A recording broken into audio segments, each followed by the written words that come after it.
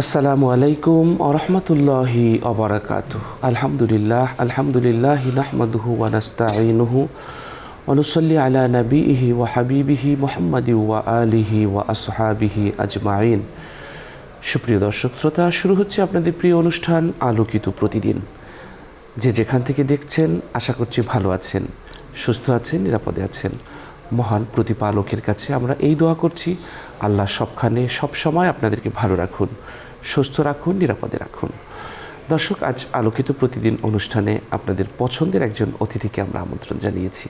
আজ আমাদের সাথে আছেন একজন বিশিষ্ট ইসলামী চিন্তাবিদ, তাহফিজুল কোরআন কামিল ফাজিল স্নাতক মাদ্রাসা দারুল ইহসান ট্রাস্ট শ্রীপুর আশুলিয়া সাভারের সম্মানিত প্রিন্সিপাল হাফেজ মাওলানা মোহাম্মদ আব্দুল মোমেন। আসসালামু আলাইকুম রহমতুল্লাহি ওয়া বারাকাতুহু। ওয়ালাইকুম আসসালাম ওয়া রাহমাতুল্লাহি ওয়া বারাকাতুহু। মোহতারাম, কেমন আছেন? আলহামদুলিল্লাহ, আপনি কেমন আছেন? আলহামদুলিল্লাহ, ভালো আছি। বারাকাল্লাহু ফিকুম, হাইয়াকুমুল্লাহ। দর্শক, আজ আমরা যে বিষয়টি নিয়ে কথা বলবো সেটি হচ্ছে নারীদের প্রতি নবীজির সাল্লাল্লাহু আলাইহি ওয়াসাল্লামের সদাচার। চমৎকার একটি বিষয়।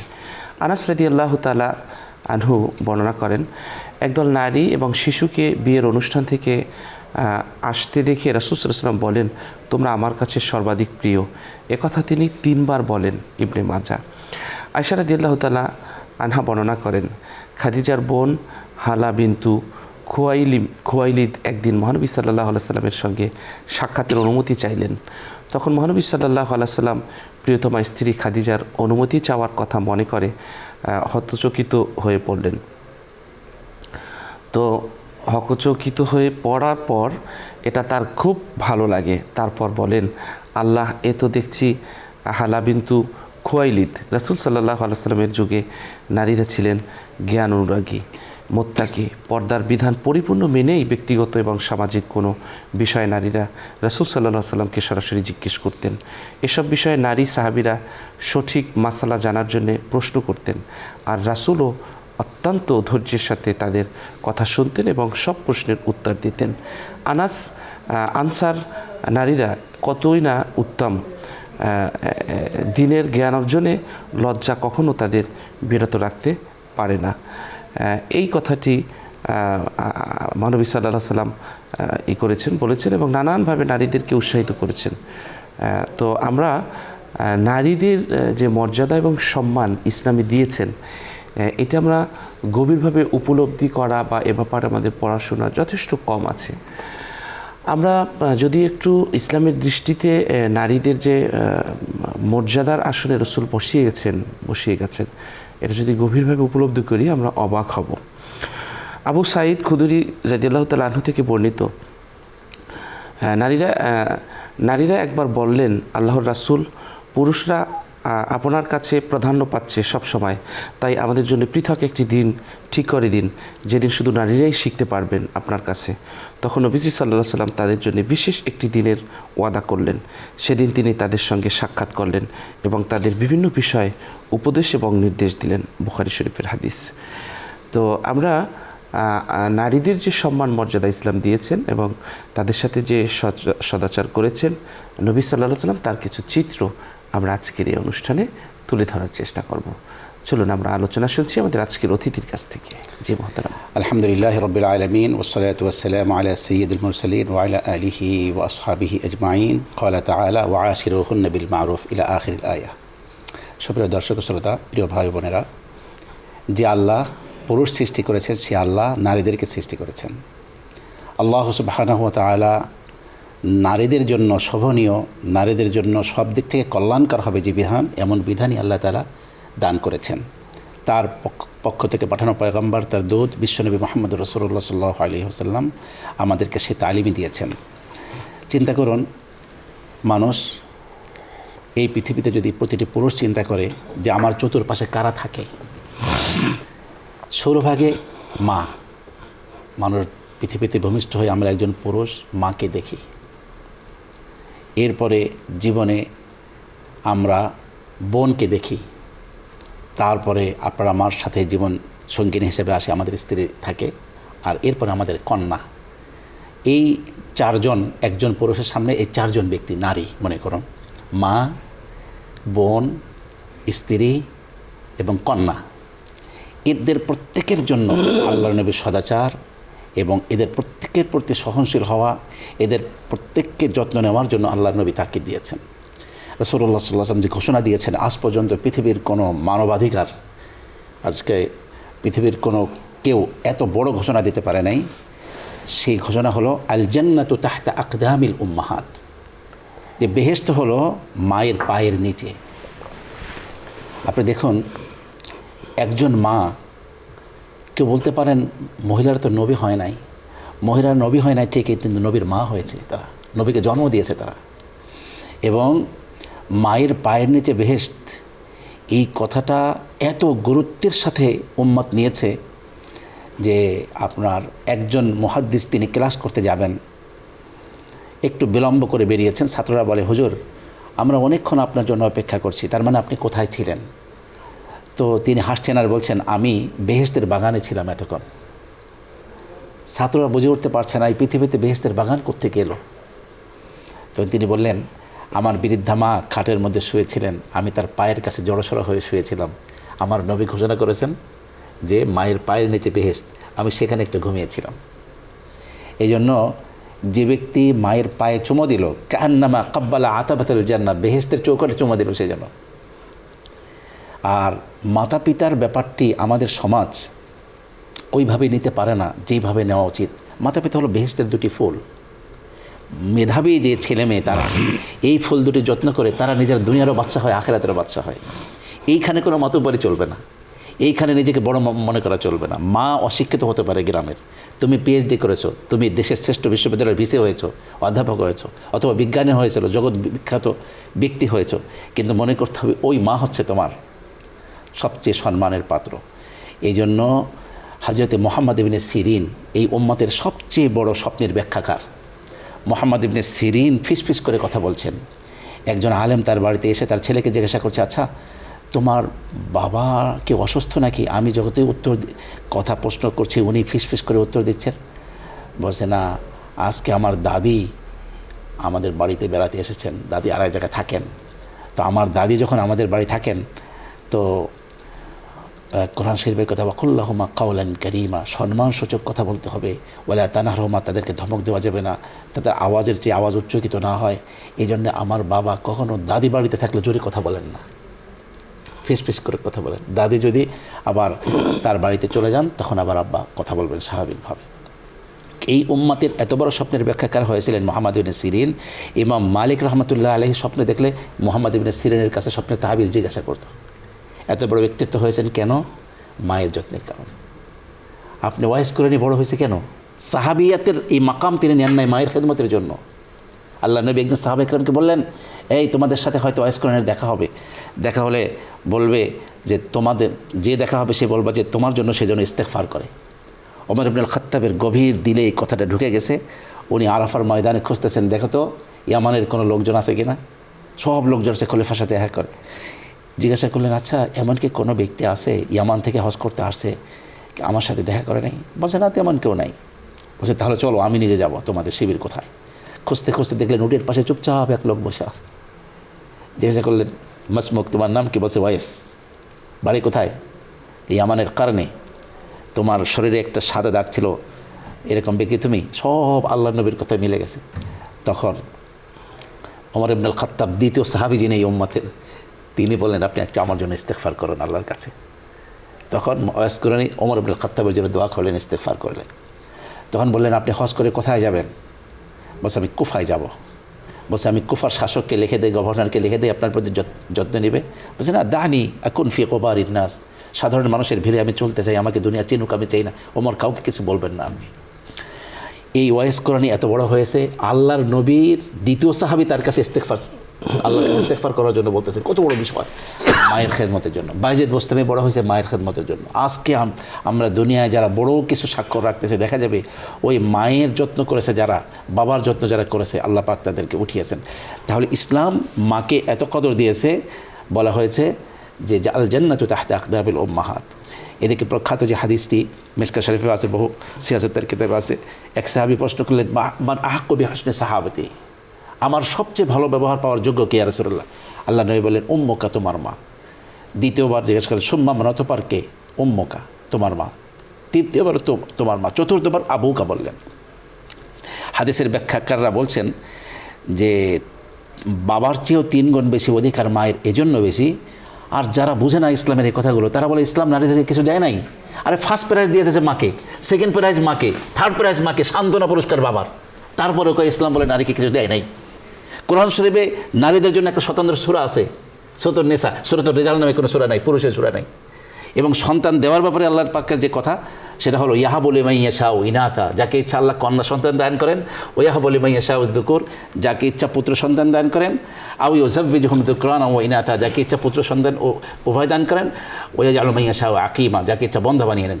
তো আমরা যখন যদি দেখি যে মায়ের প্রতি যত্নের ব্যাপারে এক বর্ণনায় আসছে, হযরত মুসা আলাইহিস সালাতু ওয়াস সালাম আল্লাহ পাকের কাছে বলছিলেন, ইয়া রব্বি আওসিনি, হে আমার রব আপনি আমাকে ওসিয়াত করুন। 9 বার সেই বর্ণনা আছে, 9 বার আল্লাহ তাআলা বলছেন ওসিকা বি উম্মিক, মুসা আমি তোমার মায়ের প্রতি সদাচারী হতে, যত্নশীল হতে তোমাকে নির্দেশ দিচ্ছি। 9 বার আল্লাহ বলছেন, 10বার বাবার কথা বলছেন। কারণ মায়ের যে কষ্ট, ব্যাখ্যাকাররা বলছেন যে 3 গুণ অধিকার কমাস কম বেশি, এই জন্য গর্ভধারণের কষ্ট সেটা একমাত্র মা করেছে। বাচ্চাকে প্রসব করার কষ্ট, যে কষ্ট পৃথিবীর কোনো পুরুষরা বুঝবে না, এই কষ্ট সে মৃত্যুর মুখ থেকে ফিরে আসে মা, এই কষ্ট বাবা করে। এবং বাচ্চা হওয়ার পরে তাকে পরিষ্কার পরিচ্ছন্ন করা, তাকে দুধ পান করিয়ে বড় করা, এই যে কষ্ট, সেটাও বাবা অল্প সময়ের জন্য বাচ্চাকে কোলে নিয়ে রাখে, কিন্তু মায়ের এই শ্রম এটা একমাত্র বাবা মাই দিয়ে থাকে। এই জন্য আল্লাহ পাক মাদেরকে এত বড় মর্যাদাশীল করেছেন। আসুন, মায়ের পাশাপাশি বোন, আজ সমাজের মধ্যে অবহেলিত একটা শব্দ হলো বোন, এবং পরিবারে ফুফু শব্দটা খালার চেয়ে অবহেলিত বেশি। খালা যেহেতু মায়ের বোন, খালা বেড়াতে আসলে যে কদরটা হয় ফুফুর সে কদরটা হয় না। অথচ বোন হলো আপনার এত বড় নিয়ামত যে বোন এবং বোনের সন্তানদের প্রতি যদি কেউ যত্ন নেয় এবং এইভাবে রক্তের সম্পর্কে যারা আছে, তাহলে তার হায়াত দীর্ঘ হয়, তার রিজিক অঢেল পরিমাণে আল্লাহ পাক দান করেন। হ্যাঁ, অঢেল পরিমাণে আল্লাহ পাক দান করেন। এই জন্যে অনেকে জমি দেওয়ার ব্যাপারে বোনদেরকে ঠকায়, তারপরে আপনার ভাগনা ভাগ্নিকে ঠকায়। এগুলো হলো চরম মানে অন্যায় কাজ, এটা কখনোই ইসলামের কাছে শোভনীয় আচরণ নয়। 3 নম্বর হলো স্ত্রী। স্ত্রীর সাথে জীবনযাপনের ব্যাপারে আল্লাহ পাক নিজেই বলছেন ওয়াশিরুহুন্না বিল মারুফ, তোমরা স্ত্রীদের সাথে অত্যন্ত সদাচারপূর্ণ জীবনযাপন করো। ফাইন কারিহতুমুহুন্না শাইআন, আজকে যদি তাদের কোনো আচরণ, কোনো কথা তোমাদেরকে অপছন্দনীয় মনে হয়ে থাকে, ফাসা আন তাকরাহু শাইআন, হতে পারে একটা জিনিসকে তুমি অপছন্দ মনে করছো, কিন্তু আল্লাহ পাক ওয়াজআলাল্লাহু ফি খায়রান কাসীরা, সমূহ কল্যাণ আল্লাহ পাক তার মধ্যে রেখেছেন। স্ত্রী প্রত্যেকে যদি চিন্তা করে আমি বিবাহের আগে কী ছিলাম, বিবাহের পরে কী হয়েছি, বিবাহের আগে তার ইনকাম কতটুকু ছিল, বিবাহের পরে কতটুকু ইনকাম বেড়েছে, এটা যদি কেউ চিন্তা করে, ওই বিবিকে সে ছেড়ে দেখ, আবার সে শূন্য হয়ে যাবে সে। এই জন্য জগৎ বিখ্যাত আল্লাহর ওলিরা অনেকেই স্ত্রীর মাধ্যমে পরীক্ষার সম্মুখীন হয়েছেন। আপনার মারুফ কারখির মতো জগৎ বিখ্যাত আলেম, জগৎ বিখ্যাত আল্লাহর ওলি, যার সাথে দূর থেকে একজন ব্যক্তি সাক্ষাৎ করতে এসে দেখে যে উনি নাই, খানকায় এসে জিজ্ঞাসা করলো পর্দার মধ্যে তার স্ত্রী যে হযরত কোথায় গেছেন, বসে ভন্ডের কাছে আসছো আর জায়গা পাও নাই খুঁজা। স্ত্রী তো স্বামীকে ভালো জানি, হ্যাঁ আমি কী করলাম এত দূর থেকে এসে, তো চিন্তা করলাম আসছি যখন হযরত তো বাড়ি ফিরবেন, দেখা না করে যাব না। বিকালে দেখে উনি ঘোড়ার পৃষ্ঠে সওয়ার হয়ে আসতেছে, বাঘিনীর পৃষ্ঠে সওয়ার হয়ে আসতেছে। তো আশ্চর্য তাকিয়ে আছে, বসে ও বাড়িতে গেছিলা, আমার বিবি বুঝি কিছু শোনাই দিয়েছে তোমাকে, শোনো ওই ঘরের বাঘিনীকে সহ্য করে বুঝলাই আল্লাহ পাক বনের বাঘিনীকে আমাকে অনুগত বানিয়ে দিয়েছেন, আমি যদি এরে ছেড়ে দিই তাহলে এই বাঘ আমার কথা শুনবো না। আজকে পৃথিবীতে যে স্বামীরা স্ত্রীর সাথে দুর্ব্যবহার করেন, হ্যাঁ, তারা চিন্তা করো অফিসে যাওয়ার আগে স্ত্রীর সাথে দুর্ব্যবহার করে যে অফিসে যাবে, ওই দিন একটা কেওয়াজ লাগবে অফিসে, তার পদমর্যাদা হানি হবে, কষ্ট হবে। কারণ বিশ্ববিখ্যাত একজন আলেমের কথা বলবো আপনাকে, মোতাওয়াল্লিয়া শাহরাবি, এই সব মারা গেছেন, খুব বেশি দিন হয় নাই, মিশরের সবচেয়ে বড় আলেম মনে করা হতো তাকে। মোতাওয়াল্লিয়া শাহরাবির প্রতিদিন বাদ জোহর রমজান মাসে কোরআনের তাফসির করতেন মসজিদে হোসাইন রাদিয়াল্লাহু কল্লার মাজার জামে আল আজহারের পাশে, ওখানে আছে। ওই তাফসির শোনার জন্য আরব জাহানের বড় বড় ব্যক্তিরা আশপাশের 5 স্টার হোটেল বুক করে সন্ধ্যানাদি সহ ওই কোরআনের তাফসির শুনতো। ওনার তাফসির বেরিয়েছে আরবিতে, তাফসির শাহরাবি। ওনাকে নাবলুস, সিরিয়ার একজন বড় আলেম, রাতেবার নাবলুসি প্রশ্ন করেছিলেন যে হযরত আপনার ছেলেকে আপনি বিবাহ দেওয়ার সময় কী ওসিয়াত করেছেন। উনি এত চমৎকার কথা বলছেন, বলছে আমি আমার ছেলেকে একান্তভাবে ডেকেছি বলছি বাবা, একটা মেয়ে সে তার মাকে ছেড়ে আসতেছে, তার বাবাকে ছেড়ে আসতেছে, ভাই বোনের ভালোবাসা ছেড়ে আসতেছে, মামা ফুফু চাচা খালা সহ আপনজন সবাইকে ছেড়ে একমাত্র তোমার আপন হওয়ার জন্য সবাইকে সবার মায়া ত্যাগ করে আসতেছে। ফাকুন আনতা হা উলাই, তুমি একা তাকে এই পরিমাণ ভালোবাসা দিবা, এই পরিমাণ যত্ন করে আগলে রাখবা, সে যেন মায়ের ভালোবাসা ভুলে যায়, বাবার ভালোবাসা ভুলে যায়, ভাই বোন এবং সমস্ত বংশের স্নেহ মমতা ভুলে যায়, এই পরিমাণ ভালোবাসা দিয়ে তুমি আটকে রাখবা। এটা তোমার প্রতি ওসিয়াত। সত্যিকার বিশ্ববিখ্যাত আলেম তিনি ছিলেন, সত্যিকার ওসিয়াতি সন্তানের প্রতি করেছে। আজকে আমরা যদি পুরুষরা চিন্তা করি যে আমরা বহির্জগতে আমাদের কত বন্ধুবান্ধব, আমাদের কত সম্পর্ক, অফিসে যে কতজনের সাথে কাজ করতে হয়, কর্মক্ষেত্রে কত কিছু করতে হয়, তো সর্বশেষে রাত্রে বাড়িতে ফিরি আমরা, বা দেরি করে বাড়িতে ফিরি। আপনার আমার অনেক মানুষ আছে, কিন্তু স্ত্রী কিন্তু একা। আপনার আমার ধোপা, আপনার আমার পাচক পাকায় দেয়, আপনার আমার বাড়ি বাচ্চাদেরকে সামনে রাখে, বাড়ি দেখাশোনা করে রাখে, সমস্ত আপনার জগৎটাকে আগলে রাখে। তো এই জন্য যারা আপনার পথ চেয়ে আসে, আপনি অফিস থেকে যাওয়ার পরে তার সাথে আপনি দুর্ব্যবহার করলেন, এটা আল্লাহ পাকের কাছে অত্যন্ত বড় কঠিন বিষয়। ওমর ইবনুল খাত্তাবের মতো লৌহ মানব, মক্কার পুরুষরা কিন্তু, মক্কার মহিলারা পুরুষদের কথার উত্তর দিত না, কিন্তু মদিনার মহিলারা পুরুষের কথার উত্তর দেয়। একবার ওমর ইবনুল খাত্তাব তার স্ত্রীকে বলেন, এই এত রাত দিইনি, আমার মুখে মুখে উত্তর দাও। কয় কি, ইন্না আজওয়াজিন নবী সাল্লাল্লাহু আলাইহি ওয়াসাল্লাম, নবী করিম সাল্লাল্লাহু আলাইহি ওয়াসাল্লামের স্ত্রীরা তার কথায় উত্তর দিত। আপনি কি তার চেয়ে বড় হয়ে গেছেন? ওমর একেবারে চুপচাপ হয়ে গেছে। এক লোক ওমর ইবনুল খাত্তাবের কাছে স্ত্রীর বিরুদ্ধে নালিশ করতে আসছে। আসার পরে সন্ধ্যা আছে, ঘরের বাইরে দাঁড়ায় হ্যার স্ত্রী আরও বেশি জোরে ধমকাচ্ছে। লোকটা কিছু না বলে চলে গেছে। ওমর টের পাইছেন এক লোক এসেছিল, ঘর থেকে বেরিয়ে জিজ্ঞাসা করলেন, ভাই আপনি বোধহয় আমার কাছে কিছু বলার জন্য এসেছিলেন। বলছে আমার উত্তর হয়ে গেছে। কি উত্তর হয়েছে? কি যে আমি স্ত্রীর বিরুদ্ধে বলতে আসছিলাম, তো আমার স্ত্রী আপনার স্ত্রীর সাথে চেয়ে বালা। দেখলাম যে আপনি আমিরুল মুমিনিন, অর্ধ পৃথিবীর শাসক, আপনার স্ত্রী যে স্বরে কথা বলো তার চেয়ে আমার স্ত্রী আমার সাথে ভালো ব্যবহার করে। মোট কথা হলো, রাসূলুল্লাহ সাল্লাল্লাহু আলাইহি ওয়াসাল্লাম স্ত্রীদের প্রতি এত বেশি যত্নশীল ছিলেন। রাসূল বলেছেন যে আকমালুল মুমিনিনা ঈমানান আহসানুহুম খুলুকা, সবচেয়ে পরিপূর্ণ ঈমানদার সে ব্যক্তি যার আখলাক সবচেয়ে শ্রেষ্ঠ। ওয়া খিয়ারুকুম লিনিসাইহিম, তোমাদের মধ্যে সর্বশ্রেষ্ঠ হলো ওই ব্যক্তি যার স্ত্রীর কাছে সর্বশ্রেষ্ঠ। এরপর আর এক হাদিসে রাসূল বলেন, খায়রুকুম লি আহলিহি, তোমাদের মধ্যে সর্বশ্রেষ্ঠ ওই ব্যক্তি যে ব্যক্তি স্ত্রীর কাছে সর্বশ্রেষ্ঠ। এরপরে রাসূল বলেন, ও আনা খায়রুকুম লি আহলি, আমি আমার স্ত্রীদের কাছে সর্বশ্রেষ্ঠ। রাসূলুল্লাহ সাল্লাল্লাহু আলাইহি ওয়াসাল্লাম বলেছেন। আম্মা জান আয়েশা সিদ্দিকা রাদিয়াল্লাহু আনহার সাথে যে কথাবার্তা, আম্মা জান আয়েশা তো পুরা পারিবারিক দাম্পত্য জীবনকেই উম্মতের সামনে তুলে ধরে রেখে গিয়েছেন। একবার দৌড়াদৌড়ির প্রতিযোগিতা হলো, আল্লাহ নবী পুরা কাফেলাকে অন্য জায়গায় থাকতে বললেন, নিজে স্ত্রীর সাথে দৌড়ঝাঁপ করছেন। চলো তো আয়েশা, ওই গাছটা কে আগে ছুঁতে পারে? আল্লাহ নবী দৌড় দিলেন, আয়েশাও দৌড় দিলেন।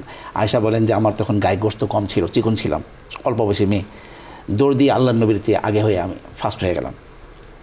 আর অনেক পরে খয়বার বিজয় হলো, খয়বারের খেজুর খাই একটু মোটাটা হইলাম। আমাদের আয়েশা বলে, আজকে নবী বললেন চলো আজকে আবার প্রতিযোগিতায় লিপ্ত হই। আজকে প্রতিযোগিতায় লিপ্ত হয়ে দেখা গেল আম্মা যেন আয়েশা রসুলের সাথে পারলেন না। রসুল বলেন, হা বিহি বিতিলকা, আয়েশা ও যে তুমি একবার হারিয়ে দিয়েছিলে আমাকে, আজকে তার বদলা নিলাম, আমি আজকে বিজয়ী হলাম। এই দোজাহানের সরদার, 9.5 লক্ষ বর্গমাইল জমিনের শাসক যিনি, তিনি এত ব্যস্ততার মধ্যেও স্ত্রীকে এতটুকু সময় দিচ্ছেন, তার সাথে দৌড়ঝাঁপ করছেন। এমনকি মদিনার একটা ছোট্ট শিশু আল্লাহ নবী সাল্লাল্লাহু আলাইহি ওয়াসাল্লামের আঙ্গুল ধরে পুরা মদিনা শহর ঘোরাতে পারতো। আল্লাহর নবী আচরণ দিয়ে মেয়েটাকে বুঝতে দিতেন না যে তুমি যার হাত ধরে ঘোরাচ্ছ তিনি তো এত ফ্রি মানুষ না, তার কাছে জিবরিল আসতেছে 24,000 বার, তার কাছে রাষ্ট্রের সমস্ত দায় দায়িত্ব তার, তুমি তাকে এত ব্যস্ত রাখছো। কিন্তু আল্লাহর নবী সেরকম আচরণ করতেন না। তাহলে স্ত্রী হলো আপনার আমার সমস্ত। হযরত ওমর ইবনে খাত্তাব ওই লোকটিকে বলে দিয়েছিলেন, দেখো খাব্বাজাতুন লি, সে আমার রুটি পাকায়, ও গাসসালাতুন লি সিয়াবি, আমার কাপড় ধুয়ে দেয়, ও মুরাব্বিয়াতুন লি আওলাদি, আমার বাচ্চাদেরকে প্রতিপালন করে, পুরো আমার ঘর সংসারকে সামলায় বলেই আমি উম্মতের খেলাফতের দায়িত্ব পালন করতে পারি। তো সে যদি দুই একটা কথা শুনিয়ে দেয় তাহলে সেটা এমন কিছু বিষয় না। তো এই জন্য আসলে স্ত্রীদের কথায় সহনশীল হওয়া, তাদের সাথে হাসি মুখে জীবনযাপন করা, এটাই আল্লাহ সুবহানাহু ওয়া তাআলা আপনার আমার কাছে চান বলেই বলছেন ওয়া আশিরুহুন্না বিল মারুফ, তোমরা স্ত্রীদের সাথে অত্যন্ত সদাচারী হবে, সুন্দর আচরণ করবে। এরপর থেকে যায় আর একজন কন্যা। আজ পৃথিবীতে কন্যা সন্তান হলে অনেকেই রাগ হয়ে যায়, অথচ কন্যা সন্তানের ব্যাপারে রাসূলুল্লাহ সাল্লাল্লাহু আলাইহি ওয়াসাল্লাম বলেন যে ব্যক্তি মান কানা লাহু সালাসু বানাতিন, যার 3টি কন্যা সন্তান থাকবে, আও সালাসু আখাওয়াতিন, অথবা 3টি বোন থাকবে, অথবা আও ইবনাতানে, অথবা 2টি কন্যা সন্তান 2টি বোন থাকবে, তো সে কী করলো আহসানা সোহবাতাহুন্না, ওদেরকে সুন্দরভাবে প্রতিপালন করলো, যত্ন খাতির করলো। তো রাসূল সাল্লাল্লাহু আলাইহি ওয়াসাল্লাম বলেন ও আতকা আল্লাহ ফিহিন্না, এবং আল্লাহকে ভয় করে চললো তাদের ব্যাপারে, তাদের কোনো হক নষ্ট করেনি, ফালাহুল জান্নাহ, নিশ্চিতভাবে সে জান্নাতে যাবে। আর এক হাদিসে রাসূল বলেন মান কানা লাহু সালাসু বানাতিন ফাসাবারা আলাইহিন্না, 3টি কন্যা সন্তান থাকবে, তাদের আচরণে তাদের প্রতিপালনে যে খরচ হবে ধৈর্যের সাথে সবগুলোকে সে মিটাবে, কুন্না লাহু হিজাবাম মিনান নার, কন্যা সন্তানগুলো জাহান্নামে যাওয়ার থেকে প্রতিবন্ধক হয়ে যাবে। আজকে কন্যা সন্তানের বাবা যারা হন অনেকের মন খারাপ হয়ে যায়, এমনকি এই আমার জাহিলি আচরণ কেউ কেউ করেন, বিবির কয় আর যদি মায়া হয় তাহলে তোর তালাক। আচ্ছা, কোনো আমাদের মা বোনকে ইচ্ছে করে নিজে কন্যা সন্তান পেটে তৈরি করেন, এটা আল্লাহ পাক দেন, আল্লাহ পাক দান করেন। আর এই কন্যা সন্তান দান করার দ্বারা বাবার অর্থকড়ি বাড়ে, বাবার সম্মান বাড়ে, বাবার মর্যাদা বাড়ে। এমনকি আমি জামিয়া আল আজহারের এক প্রফেসর, আমি কোরআন হাদিস সরাসরি রেফারেন্স দিতে পারবো না, আমরা ঢাকাতে পড়েছিলাম আজহারের অত্যন্ত বড় মাপের এক ওস্তাদের কাছে। তিনি বলেন যে কন্যা সন্তান ভূমিষ্ঠ হয়ে যখন কান্না শুরু করে দেয় বাচ্চা, তখন ফেরেশতারা কানে কানে বলে দেয় ওই কন্যা সন্তানের, কান আল্লাহু ফি আউনি আবিকে, আল্লাহ পাক তোমার পিতার সহযোগিতা করতে থাকবেন। এই জন্য কন্যা সন্তানের যে পিতা হয়ে যায় তার আর পিছনে ফিরে তাকার লাগে না, সম্মান মর্যাদা বাড়তে থাকে, দোকান থাকলে খরিদ্দার বাড়তে থাকে, ব্যবসা বাণিজ্য থাকলে সেখানে উত্থান হতে থাকে। মানে কন্যা সন্তান হয়েছে বলে তো তার সে পরকালেও জান্নাত, দুনিয়ায় তার সম্মান। কিন্তু যারা বোকা বোঝে না তারা পুত্র সন্তানকে কল্যাণকর মনে করে আর আপনার কন্যা সন্তানকে অবহেলার দৃষ্টিতে দেখে। এটা অত্যন্ত জাহিলি আচরণ, যারা কন্যা সন্তানকে চাইতো না। এই জন্য আরেকটি বড় বিষয় হলো অধিকারের ক্ষেত্রে। অধিকারের ক্ষেত্রে যে প্রশ্নটা ইসলামের উপরে করা হয় যে তাহলে ভাইয়ের, আর 3 মিনিট সময় পাবো। হ্যাঁ, আমি শেষ করে দিচ্ছি। মানে কোন কন্যা সন্তানকে অর্ধেক সম্পত্তির কেন দেওয়া হয়েছে, এই যে প্রশ্নটা, এই সম্পত্তির ভাগ রসুলও করেন নাই, রসুলের উপরে আল্লাহ রাখেন নাই, নিজে আল্লাহ পাক বন্টন করছেন। লিদ্যাকারি, যেই যুগে কন্যা সন্তানদের কোনো অধিকার ছিল না, সেখানে কন্যা সন্তানদের অধিকারকে মানদণ্ড বানিয়ে আল্লাহ বলছেন লিদ্যাকারি মিসলু হাজ্জিল উনসাইন, 2টি কন্যা সন্তানের পরিমাণ একজন পুত্র সন্তান। এখন কারণ কি, কন্যা সন্তানের কোনো খরচের খাত আল্লাহ রাখেন নাই।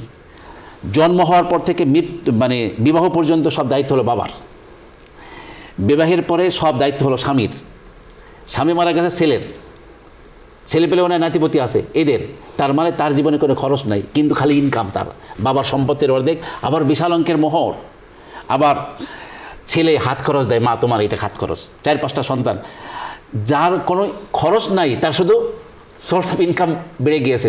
এই জন্য ইসলামের উপরে এটা অপবাদ দেওয়াটা, এটা ইসলামকে না বোঝারই কারণ। এবং নারী হয়েছে বলে সে পর্দার সাথে থেকে কোনো কাজ করতে পারবে না, এরকম না। নারী তার কর্মক্ষেত্রে ইসলামের শরিয়া রক্ষা করেই সে শিক্ষা দিতে পারবে, সে সমস্ত কাজগুলোয় অংশগ্রহণ করতে পারবে। আম্মা জান আয়েশার কাছ থেকে উম্মাত বিশাল, এমনকি রাসূল বলছেন নিজে যে তোমরা আমার এই হুমায়রা থেকে, আমার স্ত্রী আয়েশার কাছ থেকে দিন শেখো।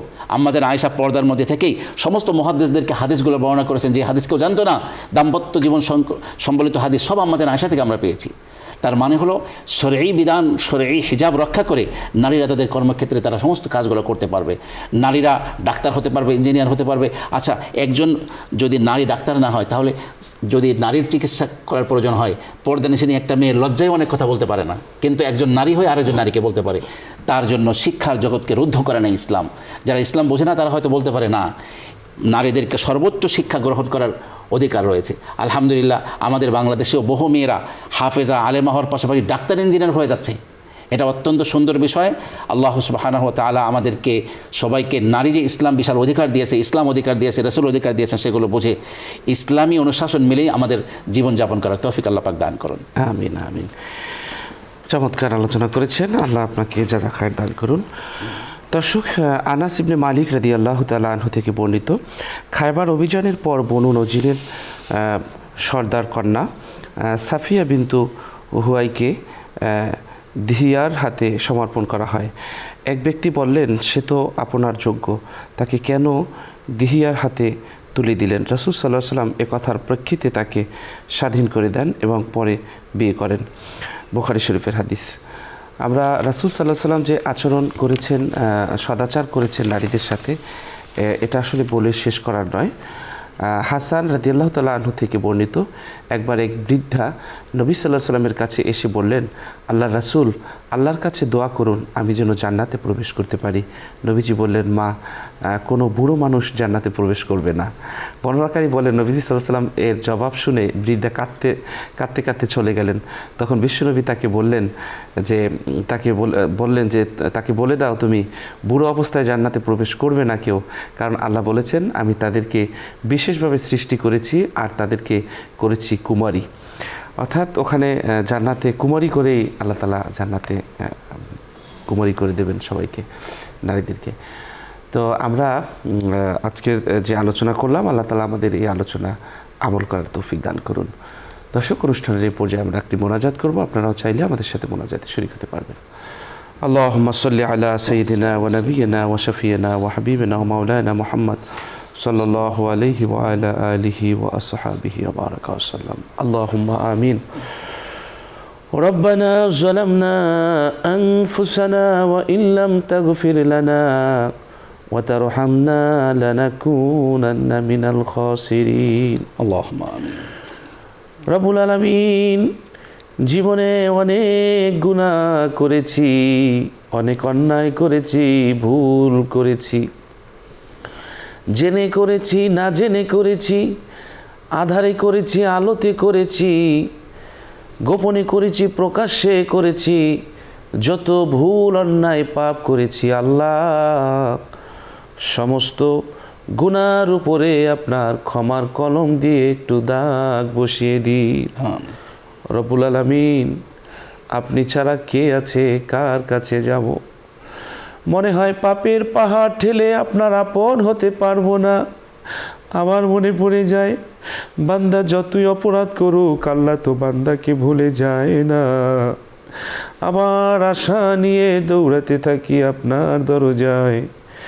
রব্বুল আলামিন, আপনার দরজার ফকির, আপনার দরজার কাঙ্গাল, আপনার দরজার ভিখিরি, আমাদের শূন্য হাতে ফেরত দিয়েন না। রব্বুল আলামিন, আমাদের নেক আমল দিয়ে আমল নামা পরিপূর্ণ করে দিন।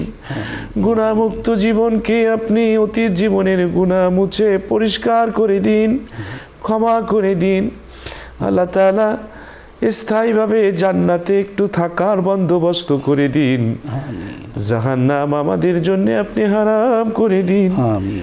ঈমানের সাথে মৃত্যু দিয়েন, মৃত্যুর কষ্ট দূর করে দিয়েন। মৃত্যুর পর জান্নাতে আপনার প্রিয় বান্দাদের সাথে শামিল করে দিয়েন। রব্বুল আলামিন, আপনার কাছে ফরিয়াদ, জীবনের বাকি দিনগুলো আল্লাহ আলোর পথে থাকতে পারি না, এর সাথে থাকতে পারি, সেই তৌফিক আপনি আমাদেরকে নসিব করে দিয়ে